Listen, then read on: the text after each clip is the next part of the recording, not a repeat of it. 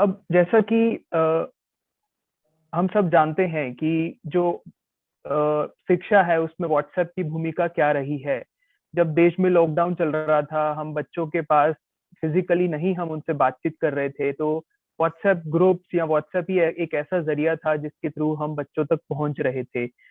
जैसा कि रोहित जी ने भी बताया कि ई पाठशाला ग्रुप्स बनाए गए जिसके थ्रू हम बच्चों तक पहुंच पा रहे थे। वैसे ही हम ये भी जानते हैं कि अब व्हाट्सएप एक ऐसा टूल है जिसको काफी जन अब जान चुके हैं। बच्चों को भी इस टूल को उपयोग करना समझ आ रहा है, और जो माता पिता हैं, अभिभावक हैं, वो भी इसको जान गए हैं। तो व्हाट्सएप एक ऐसा सरल टूल बन गया है जिसको हम अपने बेनिफिट के लिए यूज कर सकते हैं। तो अब इस कार्यक्रम में अ, होता क्या है कि जो अभ्यास है, जो विद्यार्थी हैं, वह अपने घर पे बैठे बैठे जितनी भी उनको दक्षताएं दी जाती हैं वो उनका अभ्यास करते हैं। और जो जो बच्चा घर पे ई पाठशाला कंटेंट के थ्रू जो भी उसको अभ्यास के लिए दिया जाता है, उसका जो भी जितने भी बच्चों की उसमें अवधारणाएं हैं, क्या प्रदर्शन रहा है, वो सारा जो बच्चों का डाटा है वो एक शिक्षक को दिया जाता है, ताकि वो उसके ऊपर बेहतर उपचारात्मक शिक्षण कर पाए और अपने बच्चों को बेहतर सहयोग दे पाए। तो अब यह जो कार्यक्रम है इसका लक्ष्य ये है कि हम हमारे बच्चों में जो बेसिक न्यूमरेसी और लिटरेसी स्किल्स हैं उसको मजबूत बनाएं। अब ये चलता कैसे है, आप स्क्रीन पर देख पा रहे होंगे कि बच्चे व्हाट्सएप के जरिए, जैसा कि रोहित जी ने बताया, हम कभी भी किसी भी एक कॉल सेंटर पे कॉल करते हैं तो वो हमें बोलते हैं कि अगर आप यह करना चाहते हैं तो एक दबाइए, अगर आपको हमसे बात करनी है तो नो दबाइए। तो वैसा ही एक बहुत ही सरल तरीके से हमने व्हाट्सएप पे एक उसको एक लर्निंग सॉल्यूशन बनाया है, जहाँ पे बच्चे बातचीत में ही अपने प्रश्न हल कर सकते हैं। तो यहाँ पे बच्चा एक व्हाट्सएप नंबर पर जाएगा और वहां पे अपना अभ्यास करेगा, अपना स्व आकलन करेगा। और जिस हिसाब से बच्चा अपना अभ्यास करता है, बच्चे को यह बताया जाएगा कि उसने जितने भी सवाल पूछे गए उसमें से कितने सवालों के सही उत्तर दिए। जितने सवालों के सही उत्तर दिए, साथ ही साथ उसको एक उत्तर पुस्तिका भी भेजी जाएगी, जिसके माध्यम से वह ये जान पाएंगे कि उन्होंने कहाँ पे क्या गलती की। और उत्तर पुस्तिका के साथ साथ उनको पर्सनलाइज, उनको उनके जो भी विषय कमजोर हैं उनके ऊपर कुछ आगे सामग्री भेजी जाएगी। वो वह एक यूट्यूब वीडियो हो सकती है, वह कुछ और एक दीक्षा वीडियो भी हो सकती है। यह जब बच्चा ये पूरा, जब भी विद्यार्थी यह पूरा अपना अभ्यास कर लेता है, तो जो भी बच्चे का उसका परफॉर्मेंस रहा है, जो भी प्रदर्शन रहा है, क्या भागीदारी रही है, वह सारी चीजें एक शिक्षक अपने एक अलग व्हाट्सएप नंबर के जरिए जान सकता है। तो जिससे कि वो बेहतर उपचारात्मक शिक्षण कर सकते हैं। अब यह व्हाट्सएप आधारित अभ्यास चलता कैसे है। यह अभ्यास के लिए हर सप्ताह जिलावार मैसेज आपको आपके व्हाट्सएप ग्रुप्स में भेजे जाएंगे। उदाहरण के तौर पर आप यहाँ पर एक व्हाट्सएप मैसेज देख पा रहे हैं। इस व्हाट्सएप मैसेज में यह लिखा है कि कक्षा 6 से 8 के विद्यार्थियों के लिए साप्ताहिक अभ्यास जारी किया गया है। यह विद्यार्थी यह अभ्यास शुक्रवार तक पूरा कर लें। अभ्यास के लिए फिर एक नंबर जारी किया गया है। यह नंबर आपको सभी विद्यार्थियों के साथ आगे शेयर करना है। अब यह नंबर के साथ हम आपको एक कांटेक्ट कार्ड भी भेजते हैं, जिसको बच्चे अपने फोन में व्हाट्सएप अभ्यास के नाम से सेव कर सकते हैं। इसी नंबर पर वह हर सप्ताह आकर अपना अभ्यास करेंगे। तो यह एक साप्ताहिक प्रोग्राम है। अब इस प्रोग्राम में प्रक्रिया क्या रहती है, इसको कैसे विद्यार्थी इस प्रोग्राम से जुड़ सकते हैं और अभ्यास कर सकते हैं। तो उसके लिए सबसे पहले विद्यार्थियों को इस नंबर पर एक व्हाट्सएप मैसेज भेजना होगा। वह इस नंबर को सेव करने के बाद जब व्हाट्सएप मैसेज भेजते हैं, आप देख पा रहे हैं कि यहाँ पे एक बच्चे ने हेलो मैसेज लिखकर भेजा। तो जैसे ही वो हेलो मैसेज लिखकर भेजता है, व्हाट्सएप की तरफ से अपने आप एक रिप्लाई आता है कि नमस्ते, इस कार्यक्रम से जुड़ने के लिए आपका धन्यवाद, अपने जिले का चयन करें। तो इस अभ्यास में एक पहला मैसेज भेजने के बाद बच्चे अपने जिले का चयन करेंगे। मान लीजिए कि मैं बहराइच जिले से हूँ, तो मैं इस अगर फोटो में आप देखेंगे तो मान लीजिए अगर मैं बरेली जिले में हूँ, तो बरेली के लिए 2 भेजे। तो विद्यार्थी यहाँ पर 2 लिखकर भेजेगा अगर वो बरेली जिले से है। अब मान उसके बाद उसी तरीके से बच्चा अपना ब्लॉक चुनेगा, वो किस ब्लॉक में रहता है, किस ब्लॉक के स्कूल में पढ़ता है, वह यहाँ पे उसके लिए सिलेक्शन करेंगे। और साथ ही साथ विद्यार्थी अपनी कक्षा का भी चयन करेंगे। अगर वो कक्षा 6 में है तो वो 1 लिखकर भेज सकते हैं, अगर वो कक्षा 7 में है तो वो 2 लिखकर भेज सकते हैं, अगर वो कक्षा 8 में है वो तो 3 लिखकर भेज सकते हैं। तो इस तरीके से बच्चा फिर अपना नाम भी दर्ज करेगा। बच्चे अपना नाम अंग्रेजी, हिंदी किसी भी भाषा में यहाँ पे दर्ज कर सकते हैं। तो जब बच्चे अपने जिले, ब्लॉक और अपना नाम, अपनी कक्षा दर्ज कर देंगे तो उनका एक पंजीकरण हो जाएगा। यह पंजीकरण हर विद्यार्थी को एक ही बार करना है। जब वह विद्यार्थी अपना पंजीकरण कर लेंगे तो उनको यह पंजीकरण का मैसेज भेज दिया जाएगा कि आपका पंजीकरण हो गया है। अब से यहाँ विद्यार्थी हर सप्ताह खेल खेल में अभ्यास कर पाएंगे और जो शिक्षक है वो उन्हें बेहतर सहयोग कर पाएंगे। अब उसके साथ ही एक और मैसेज भेजा जाता है जिसमें यह लिखा है कि अभ्यास शुरू करने के लिए किसी एक विद्यार्थी को चुने। तो आप यहाँ पर देख पा रहे हैं कि हमने इस एग्जाम्पल में शशांक पांडे जो कि कक्षा 7 में है उनको जोड़ लिया है, और दूसरा ऑप्शन यह बता रहा है कि एक और विद्यार्थी को जोड़ें, और तीसरा ऑप्शन यह बता रहा है कि अपना जिला या खंड बदलें। तो जो इस कार्यक्रम है, ये कार्यक्रम में हम एक व्हाट्सएप नंबर के जरिए बहुत सारे विद्यार्थियों को जोड़ पाते हैं। कई बार हमारे ही घर में एक से ज्यादा बच्चे होते हैं, हम 3 भाई बहन होते हैं, तो वो सभी एक फोन के जरिए अभ्यास कर सकते हैं। अगर किसी दोस्त के पास फोन नहीं है तो वह भी किसी और अपने दोस्त के फोन पर जुड़कर अपना अभ्यास कर सकते हैं। तो अगर मान लीजिए घर में एक से ज्यादा विद्यार्थी हैं या हमें किसी और विद्यार्थी को जोड़ना है, तो उसके लिए हम यहाँ पे आप देख पा रहे हैं एक और विद्यार्थी को जोड़ने के लिए 2 भेजें। तो विद्यार्थी यहाँ पर 2 लिखकर भेजेगा। जैसे ही वो 2 लिखकर भेजेगा, वह दोबारा से एक और विद्यार्थी को जोड़ सकता है, जिसके लिए वो कक्षा चुनेगा, और कक्षा चुनने के बाद वह उस विद्यार्थी का नाम दर्ज करेगा। तो नाम दर्ज करने के बाद हम एक और विद्यार्थी को उसी नंबर पर जोड़ पाएंगे। तो इसी तरीके से हम बहुत सारे विद्यार्थियों को एक ही फोन से जोड़ सकते हैं, ताकि हम एक फोन से बहुत सारे विद्यार्थियों तक पहुंच पाए। अब जब सभी विद्यार्थी अपना पंजीकरण कर लेंगे, तो वह बारी बारी से अभ्यास कर सकते हैं।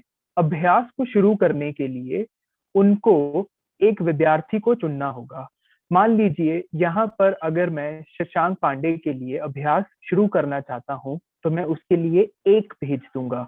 बच्चे को, विद्यार्थी को 1 लिखकर भेजना है। मैं जैसे ही 1 लिखकर भेजूंगा, मुझे एक मैसेज भेजा जाएगा कि क्या आप मैथ सप्ताह 17 का अभ्यास प्रारंभ करना चाहते हैं। आपसे एक एक करके प्रश्न पूछे जाएंगे।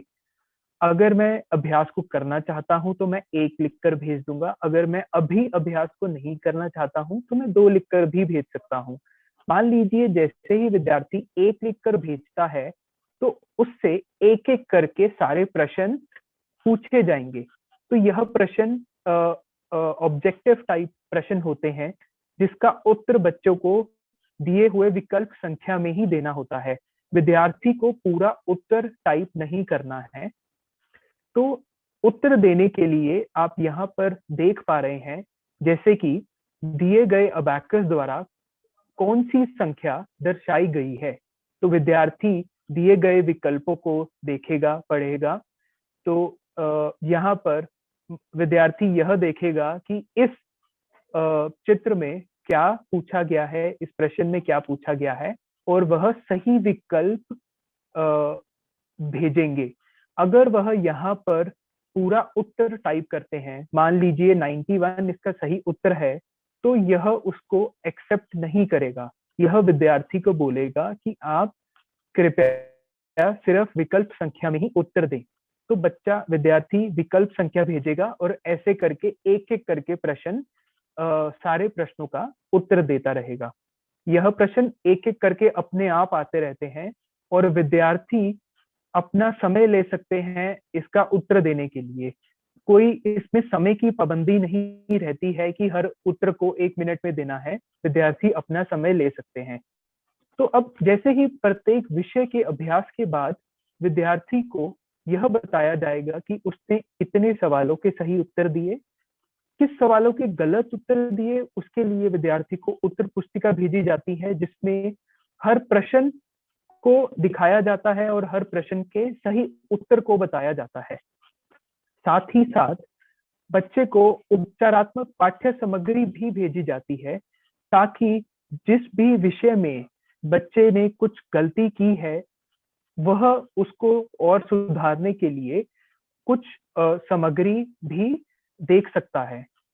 तो अब यह जो प्रश्न होते हैं ये हमारे ज्यादातर एलो बेस्ड प्रश्न होते हैं, जिससे एक विद्यार्थी और एक शिक्षक को बहुत मदद होती है यह जानने के लिए कि उसकी कक्षा में विद्यार्थियों के क्या क्या डाउट्स है, क्या क्या अवधारणाएं हैं। अब यह जो अभ्यास है यह साप्ताहिक अभ्यास होगा।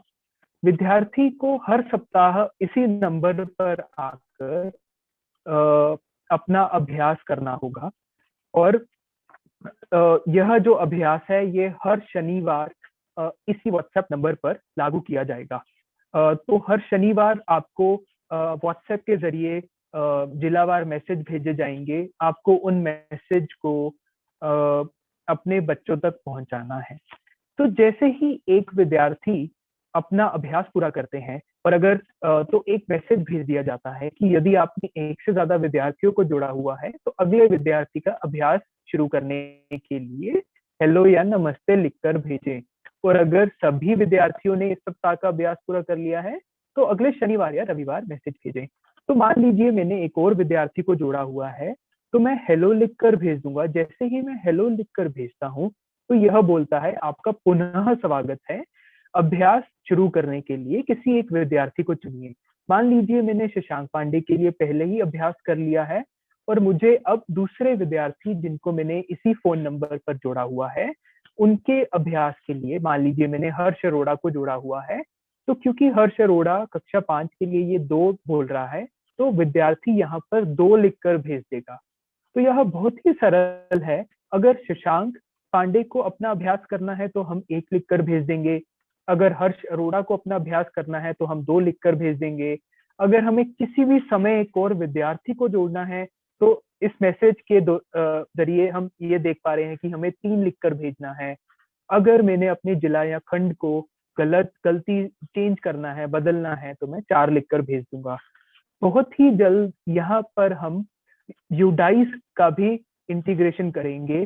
तो बच्चा जो है, जो विद्यार्थी है, उसका जो पंजीकरण है वह एक स्कूल के स्तर पर होना शुरू हो जाएगा। अब इस कार्यक्रम में शिक्षकों की क्या जिम्मेदारी रहती है? तो शिक्षकों की जिम्मेदारी है RRSS। हर शिक्षक को इसको याद करना है। R means receive, R means read, S means share और अगला S मीन्स सपोर्ट। तो रिसीव का यह मतलब है कि आपको व्हाट्सएप अभ्यास के दिशा निर्देश व्हाट्सएप पे प्राप्त होंगे। आपको अभ्यास के जारी व्हाट्सएप नंबर को खुद भी अपने फोन में सेव करना है और जो भी दिशा निर्देश आपको भेजे जाते हैं आपको उनको ध्यान से पढ़ना है और कोई भी संदेह है तो उनको अपने अधिकारियों से तुरंत स्पष्ट करना है।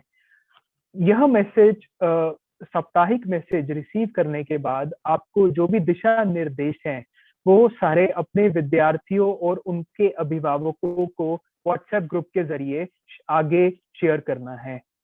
और यह भी करना है, यह भी इंश्योर करना है कि आप अपने विद्यार्थियों की इस पूरी प्रक्रिया में सहायता करें, उनके अभ्यास में सहायता करें, उनको बताएं कि इस अभ्यास को कैसे करना है, और यह सुनिश्चित करें कि आपके हर विद्यार्थी इस कार्यक्रम में हर सप्ताह अपनी भागीदारी सुनिश्चित करें। तो हर शिक्षक की जिम्मेदारी है RRSS अभ्यास के दिशा निर्देश को रिसीव करना, नहीं मिले हैं तो अधिकारियों से बातचीत करना, उनको पढ़ना, उनको अपने विद्यार्थियों से शेयर करना, और यह सुनिश्चित करना कि उनके हर विद्यार्थी हर सप्ताह इस कार्यक्रम में भागीदारी है। अब इस कार्यक्रम से जुड़ा हुआ एक और पहलू यह है कि इस कार्यक्रम में जो भी विद्यार्थी सहभागिता जितनी भी है उनकी, हम उसको जिलावार, जिला के स्तर पर देख सकते हैं, जान सकते हैं, ट्रैक कर सकते हैं। तो यहाँ पर आप यह देख पा रहे हैं कि हमने एक एक किसी एक जिले के लिए, किसी एक कक्षा के लिए हम यह देख पा रहे हैं कि कितने बच्चों ने अभ्यास शुरू कर लिया है, वह कितने बच्चों ने अभ्यास अपना पूरा कर लिया है, उनके किस सप्ताह में किस सब्जेक्ट में कितने कितने परसेंटेज मार्क्स आ रहे हैं, किस जिले में क्या भागीदारी है, और किस किस सप्ताह में क्या क्या परफॉर्मेंस है, वह सारा कुछ हम जिला स्तर पे देख पाते हैं। अब जो भी विद्यार्थी कर रहा होता है, जैसे कि हमने पहले भी देखा, वह सारा जो बच्चों का, विद्यार्थियों का जो एक भागीदारी का और एक उनके प्रदर्शन का रिपोर्ट है, वह शिक्षकों को एक व्हाट्सएप नंबर के जरिए प्रदान किया जाता है, जो कि बहुत ही आसान रहता है किसी भी एक शिक्षक के लिए। तो आप यहाँ पर ये देख पा रहे हैं कि मैं अगर एक कक्षा 8 का शिक्षक हूँ, तो कक्षा 8 की भागीदारी और प्रदर्शन रिपोर्ट मुझे व्हाट्सएप के जरिए भेजी गई है।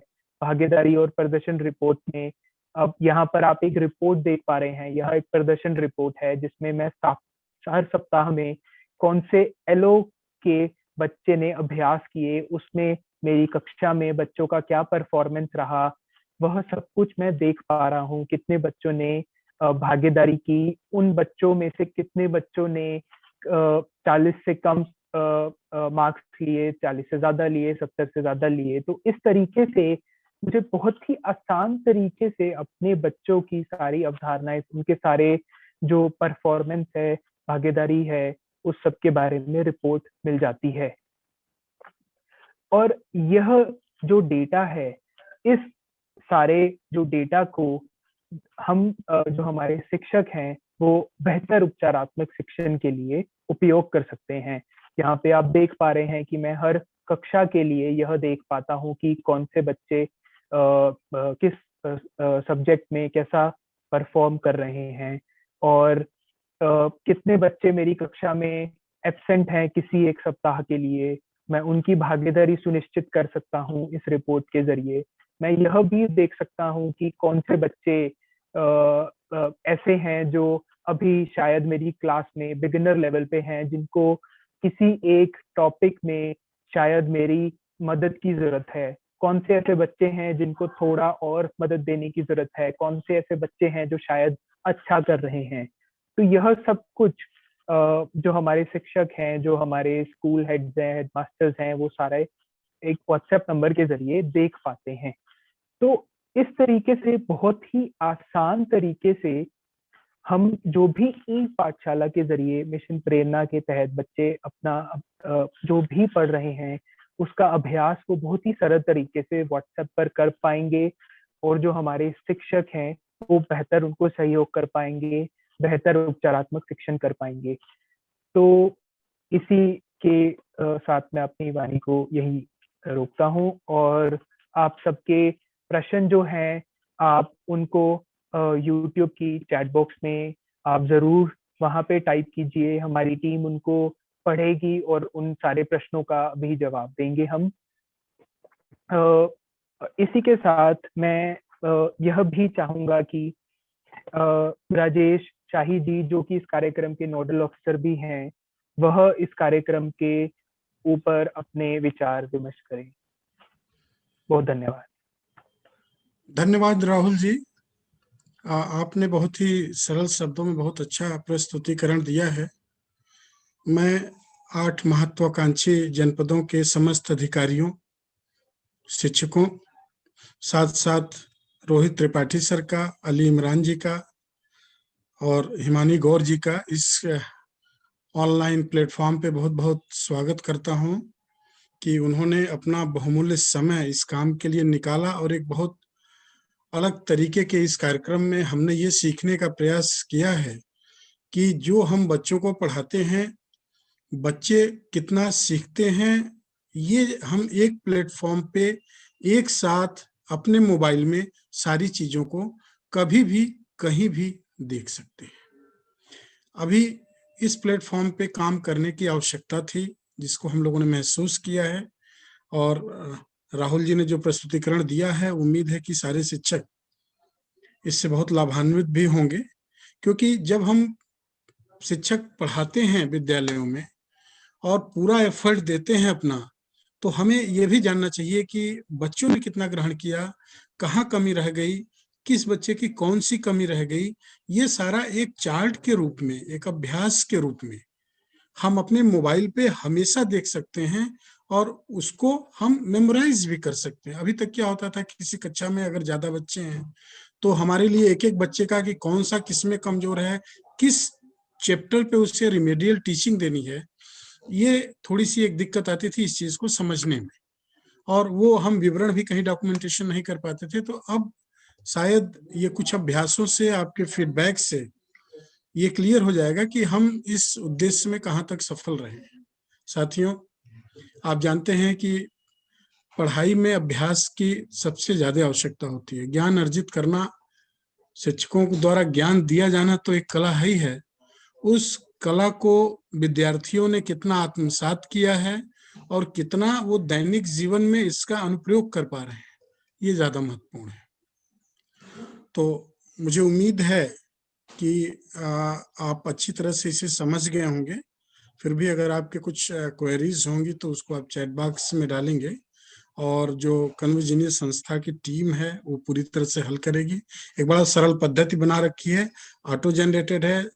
बाद में जिस जगह बच्चे को रिमेडियल टीचिंग की आवश्यकता पड़ेगी, वो अपने उस पे भी कुछ वीडियोज हैं जहां वो भेजा जाएगा व्हाट्सएप पे, वो उसको देख भी सकता है कि कहाँ गलतियां किया, कैसे उसको आगे के लिए सुधारा जा सकता है। तो एक बार पुनः अपनी टीम का मैं धन्यवाद करूंगा, राहुल जी का करूंगा, अली जी का करूंगा कि उन्होंने, सारे लोगों ने इतने सारे अच्छे एफर्ट्स के साथ इस कार्यक्रम को सफल बनाया। और शिक्षक गणों से मैं विशेष अनुरोध करूंगा कि इस अभ्यास के द्वारा उम्मीद करते हैं कि हम अपने गुणवत्ता के क्षेत्र में बहुत आगे जाएंगे। धन्यवाद, बहुत बहुत धन्यवाद राहुल जी।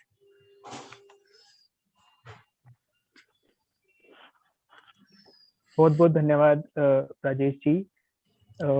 आपने यह भी बताया कि इस कार्यक्रम को हम आगे कैसे लेकर जाएंगे और यह कैसे हमारे विद्यार्थियों और शिक्षकों गण को बेहतर शिक्षा और बेहतर उपचारात्मक शिक्षण में मदद करेगा।